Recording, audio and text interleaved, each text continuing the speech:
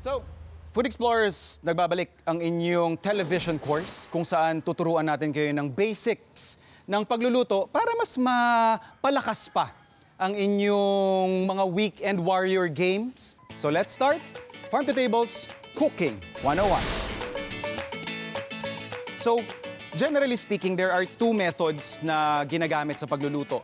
Merong dry heat method, meron namang wet heat method. So, umpisa natin yung ating dry heat. Kung saan, meron kayong mainit na source or yung apoy or kung gagamit kayo ng oven. And then, either small layer of fat or yung buong environment ang nagluluto sa kanya. Yun basically yung pagkakaiba kumpara sa wet. Kung saan, literal, basa, may tubig or broth na ginagamit para maluto yung inyong ingredient. First up, dry heat method natin, let's discuss searing. Searing is essentially ingredient,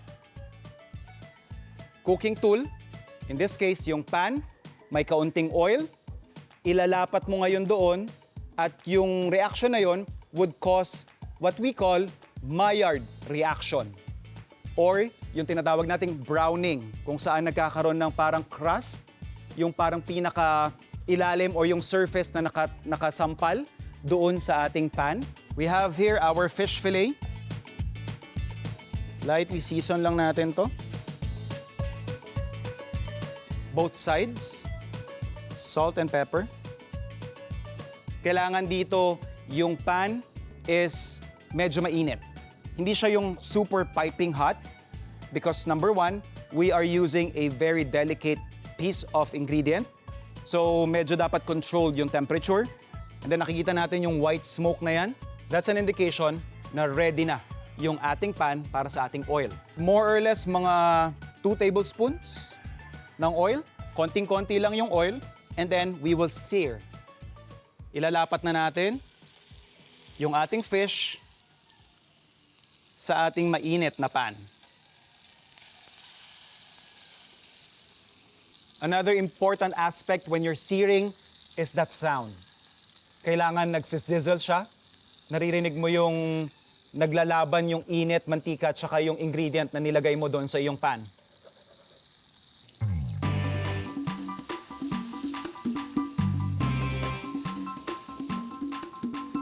And that right there is the browning that I'm after. Yan, nakikita ninyo yan. And that's it for our cooking method number 1, dry heat method, searing. Cooking method number 2, frying. Okay, so frying is essentially cooking your protein or your ingredient sa fat.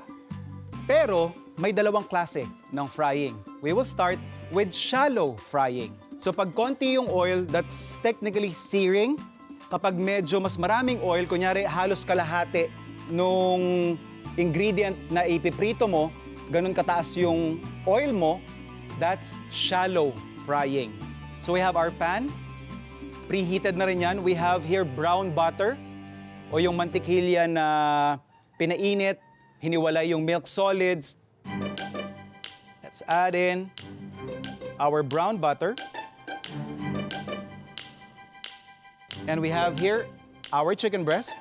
Just gonna make it simple. Salt and pepper lang ito.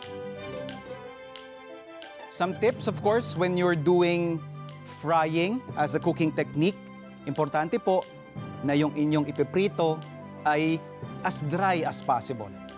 So, kadalasan yan, pinapat dry natin ng kitchen towel or kung pwede ninyong ilagay sa strainer or rack para mag-drip yung mga excess moisture, ginagawa rin namin yon. Yan, kung makikita ninyo, hindi totally submerged yung ating protein sa cooking oil or dun sa ating brown butter.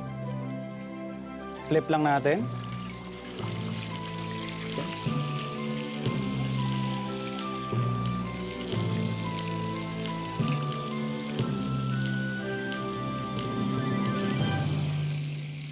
So ito na yung ating shallow fried chicken breast.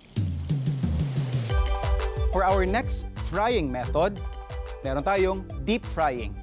Same as shallow frying, medyo higher temperature yung kailangan natin dito. Ang pagkakaiba lang niya is of course the amount of oil.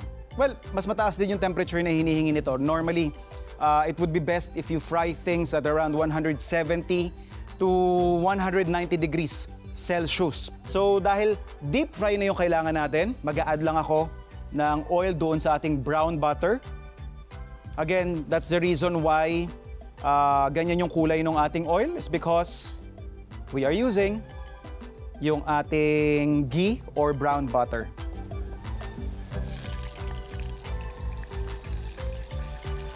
So yun, nakikita natin, totally submerged yung ating protein doon sa ating hot oil. So of course, kapag magde-deep fry ka, what you're really looking for is yung golden brown color.